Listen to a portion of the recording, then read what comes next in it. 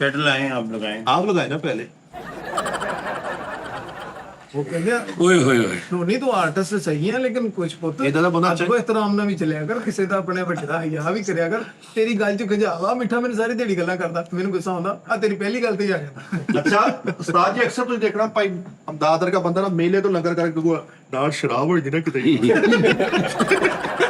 ਮੁਫਤ ਦਾ ਲੰਗਰ ਕਰਕੇ इतना नहीं पार्क च घीसी हुंदी बच्चे फ्री भी नहीं चढ़दे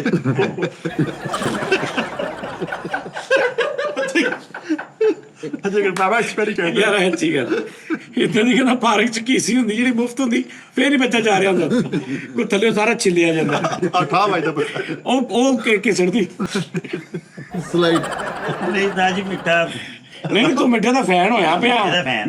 ਮਿੱਠੇ ਨੇ ਤੈਨੂੰ ਪੂਰਾ ये निक्की जी गल कर मैं हस बनना। ਮੈਂ ਕਹਿੰਦਾ ਉਹਨੇ ਕੀ ਲਿਆ ਪਿਆ ਤੈਨੂੰ ਪੂਰਾ सही गल।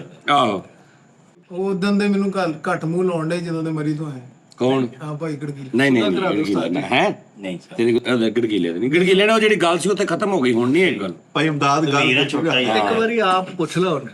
लड़ना ਲੇਕਿਨ ना ਇੱਥੇ ਨਾ ਪੁੱਛੀ ਇੱਥੇ ਨਾ ਪੁੱਛੀ ਕਿਤੇ ਬਾਹਰ ਜਾ ਕੇ ਭਾ ਕੇ ਨਾ ਉਹਨੂੰ ਅੱਛੇ ਤਰੀਕੇ ਨਾਲ ਉਹਦੇ ਕੋਲ ਮਾਰ ਦੇ ਸਾਈਡ ਤੇ ਹੋ ਗਏ ਕਿਤੇ ਪੁੱਛ ਲਈ। ਤੈਨੂੰ ਵੀ ਜਦੋਂ 2-4 ਛੁੱਟੀਆਂ ਮਿਲਣ ਨਾ ਦਫ਼ਤਰ ਤੋਂ ਹਾਂਜੀ। ਉਦੋਂ ਇਹਦੇ ਨਾਲ ਬਹਿ ਕੇ ਕਿਤੇ ਮਾਫ ਕਰਦੀ ਇਹਨੂੰ ਜਦੋਂ मिले ਆਪਾਂ ਦੋਵਾਂ ਭਰਾਵਾਂ ਨਾਲ ਕੇ ਗਰੁੱਪ ਬਣਾਉਣਾ ਵਾ ਬੁਜ਼ਦਿਲਾਨ ਇਨਕਲਾਬ।